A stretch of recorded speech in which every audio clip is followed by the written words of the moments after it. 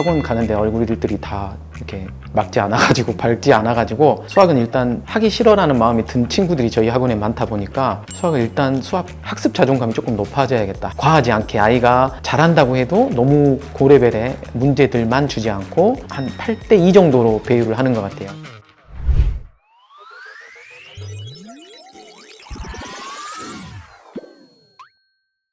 안녕하세요. 저는 광주에서 수학학원을 운영하고 있는 킴스 학원의 김원근 원장입니다. 저희 시골 쪽에서 체육관을 태권도 합기도를 운영하다가 아이들이 공부는 안 하고 천진난만하게 그냥 놀기만 하는 모습을 보고 아이들 꿈을 좀 키워줘야겠다 해서 공부를 시키기 시작했습니다. 그래서 운동이 끝나고 저녁에 한 9시부터 공부를 시작했어요. 중학생들을 데리고 그렇게 시작하다가 나중에 아이들 가르쳐 봐야겠다 본격적으로 해서 이제 전향을 하게 됐죠. 원래는 처음에 영어 학원으로 저희 집사람을 만나서 어학원을 계속 운영하다가 지금은 수학학원까지 같이 운영하게 됐습니다. 어학원을 운영하고 원어민하고 같이 수업을 하던 중에 이제 저는 모토가 아이들이 즐거워하는 학원이 되자, 뭐 학원 가는데 얼굴들이 다 이렇게 막지 않아가지고 밝지 않아가지고 이제 좀 즐겁게 가는 학원을 만들어 보자라고 시작을 하다가 그렇게 재밌는 프로그램도 만들고 하다가 아이들이 영어 학원에서 굉장히 즐거워했어요. 그런데 수학 포기자들이 나오기 시작했더라고요. 그래서 부모님들이 요청이 들어오기 시작했어요. 그래서 우리 아이는 수학을 전혀 못하고 싫어하는데 수학에 말만 나와도 힘들어하는데 좀 도와줄 수 없느냐. 그래서 수학 교실을 이제 염두에 뒀죠. 그래서 처음에는 교재를 사다가 교재 그냥 풀이 형식으로 해주다가 본격적으로 아이들이 조금씩 늘어나면서 프로그램을 좀 알아보기 시작했고 다른 프랜차이즈를 처음에 사용하다가 한계가 좀 보여서 지금은 제 머릿속에 구상한 대로 가르치고 싶어서 수학 플러스 러닝을 최종적으로 하고 있습니다. 처음에는 저희가 학년별로 나눠서 시작을 하다가 점차 학년이 막 뒤섞이기 시작했어요. 늦게 오는 친구들, 그 다음에 좀 빠르게 오는 친구들. 같은 학년이어도 다른 스케줄 때문에 학년이 뒤죽박죽 시간이 안 맞아서 서로 다른 시간에 오고 막 해서 수준도 다르고 진도도 다르고 다 달라서 무학년제를 만들어 보겠다라고 이제 마음 먹으면서 태블릿으로 전부 설치를 하기 시작했고 그 다음에 와서 본인 거 열심히 해보는 게 좋겠다. 그리고 진도가 빠른 친구는 빠른 대로 나갈 수 있게 도와주고 좀 느린 친구는 좀 꼼꼼하게 천천히 갔으면 하는 바람에서 들여다보다가 여러 가지 프로그램 중에 그래도 수플러가 저랑 제일 맞았던 것 같아요. 다른 거 많이 써봤는데 조금씩 써봤었어요. 근데 최종적으로는 좀 가장 오래 쓴 게 이제 수플러였고 지금까지 계속 써보고 있는 것 같아요. 아이들이 수준이 좀 다르다 보니까 한 문제를 풀더라도 오래 걸린 친구가 있고 어떤 친구는 금방 풀고 너무 쉽다고 얘기하는 친구가 있어요. 그래서 제가 볼 때는 어려워하는 친구는 그걸 가지고 한도 끝도 없이 가고 있는 게 좀 답답했고요. 또 잘하는 친구는 쉬운 문제를 가지고 가는 게 조금 그랬어요. 그러면 제가 생각할 때는 좀 잘못한 친구 난이도 조정을 해줘서 자기가 풀 수 있는 정도의 문제를 풀다 보면 수학이 좀 재밌어요 라는 말을 듣기 시작했고요. 그 다음에 조금 필요해서 고난이도를 풀어보고 싶은 친구는 또 자기가 좀 도전해보는 생각이 있어서 또 즐거워하더라고요. 제가 이걸 보면서 학습 진도 맞추기도 쉬웠고 난이도 조절하기도 쉬웠습니다. 그리고 제가 이제 전체적으로 온라인으로 만들어서 탭을 가지고 하다 보니까 뒤에서 이렇게 쭉 선생님들이 돌다 보면 색깔이 칠해지잖아요. 신호등 체계처럼 색깔을 딱 보다 보니까 잘하고 있는 친구와 못하고 있는 친구가 보이고 어떤 유형에서 또 이 친구가 약한지 어떤 유형에서 잘하는지가 한눈에 들어와서 굉장히 만족하면서 그 프로그램을 쓰고 있습니다.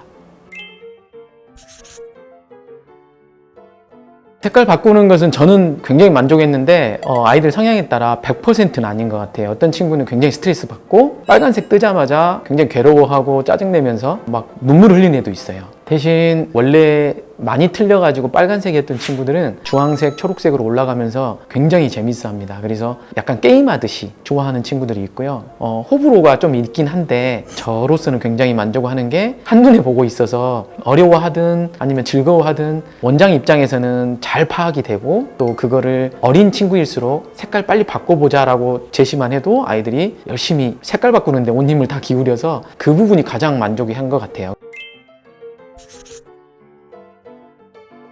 수학학원에서는 저도 수학을 어려워해서 수학은 일단 하기 싫어라는 마음이 든 친구들이 저희 학원에 많다 보니까 수학을 일단 수학 학습 자존감이 조금 높아져야겠다, 할만하다, 이제 수학 나 해볼 만하다라는 생각을 좀 먼저 심어주고 싶었고요. 또 그래야 된다고 보고, 그게 이제 저희는 초중 위주다 보니까 고등까지 갔을 때 이제 본격적으로 해야 될 때 충분한 힘을 좀 길러지지 않을까라는 생각이 들고요. 두 번째로 저희는 이제 와서 수업 처음에 시작할 때부터 자기가 주어진 할당량이 있어가지고 그 할당량에 맞춰서 수업을 진행을 해요. 그런데 뭐 개념이라든가 이런 부분들은 선생님들이 제가 오프라인으로 따로 체크를 받도록 합니다. 그래서 선생님께 따로 개념 같은 경우를 선생님한테 설명해보고 선생님이 질문하면 또 거기에 대한 답을 해보고, 요즘 말하는 뭐 하브로타 방식을 조금 접목해가지고 개념을 먼저 배운 다음 선생님한테 설명해보고, 그리고 그 개념에 대한 질문도 받아보고, 그리고 나서 문제풀이로 들어가서 저희는 수업 중에 다 끝내자, 숙제로 아이들 성적 올리지 않는다라는 생각이 있어서 오답까지 다 하고 가게끔 하고 있습니다. 저희는 이제 기존 학습 자체가 계속 단원을 전체적으로 수풀로 나와 있는 거를 클리어를 하고요. 제가 교실을 만들어서 수업 개설을 해서 만들어서 다 푼 다음에 시험 시간이 다가올수록 한 2주 전부터는 계속해서 모의고사처럼 교실도 모의고사 분위기를 만들어 놓고 시험장처럼 만들어 놓고 계속 1회, 2회, 3회 계속해서 시험 범위에 해당되는 내용을 내신 존에 들어가서 새롭게 계속 만들어내면서 아이들에게 많은 유형을 풀어볼 수 있게 그렇게 했더니 많은 효과가 좀 있는 것 같아서, 예전에 문제집 몇 건 풀었다, 뭐 몇 건 풀었더니 몇 점 올랐다, 이런 게 제 개인적인 데이터였는데, 요 문제집 끝나면 그 다음에 유형편 풀어보고 그 다음 실력편 풀어보고 이렇게 단계가 있었는데, 지금은 그런 고생을 안 해도 되고 오히려 프로그램을 써서 계속해서 문제 생성해서 만들어주면서 아이들에게 맞는 것을 좀 제공하고 있어서, 그렇게 했더니 내신도 충분히 대비가 되는 것 같고 만족하고 있습니다. 일단은 프로그램을 많이 활용해야 됐어요. 이제 제가 선생님들을 맡겨놨다 보니까 처음에는 제가 수업을 직접 했었거든요. 근데 영어도 관리해야 되고 수학도 관리를 해야 되고 상담도 제가 다 하다 보니까 수업 외의 모든 것은 제가 다 관리를 하다 보니 선생님들께 수업을 맡겨야 됐어요. 그런데 어떤 어려움이 있었냐면, 아이들이 선생님 설명을 들었는데도 모르겠다, 그리고 어떤 선생님은 굉장히 잘 가르쳐 줬는데 또 이 선생님 너무 용어가 어렵고 너무 어렵게 설명을 해줘서 이해가 안 된다라는 그런 약간 불만도 있었어요. 그러다 보니 첫 번째로는 강의력이 비슷해야겠다. 그래서 스플러를 이용해서 온라인 동영상 강의를 먼저 시청을 하고, 그리고 나서 선생님들이 잘 배웠는지 확인하는 과정이 필요하면 되겠다. 그래서 일단은 잘 가르치냐 못 가르치냐 이것의 차이가 없어야 돼서 프로그램을 활용을 하고요. 그다음에 문제풀이 같은 경우도 뭐 예전에 같으면 다시 풀려보려고 싶을 때는 저희가 복사해서 그 파일 처리를 해놨다가 다시 한번 꺼내서 문제를 줬는데, 아이들이 답을 외우는 경우도 있고 풀었던 거 또 풀려고 하니까 힘들어하는 경우도 있었는데, 스플러 같은 경우는 유형은 같지만 새로운 문제가 나오다 보니까 애들이 굉장히 도전해 보려고 하고,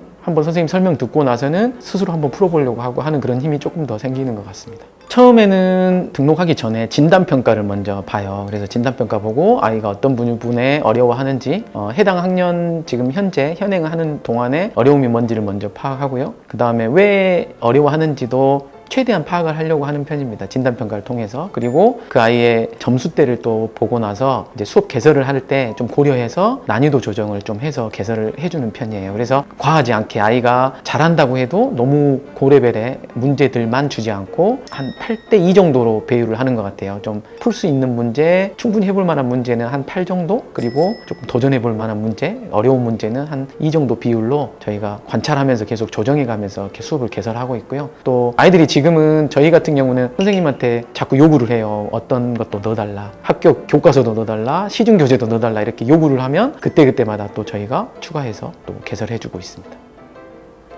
수학 문제은행은 수학 플러스 러닝으로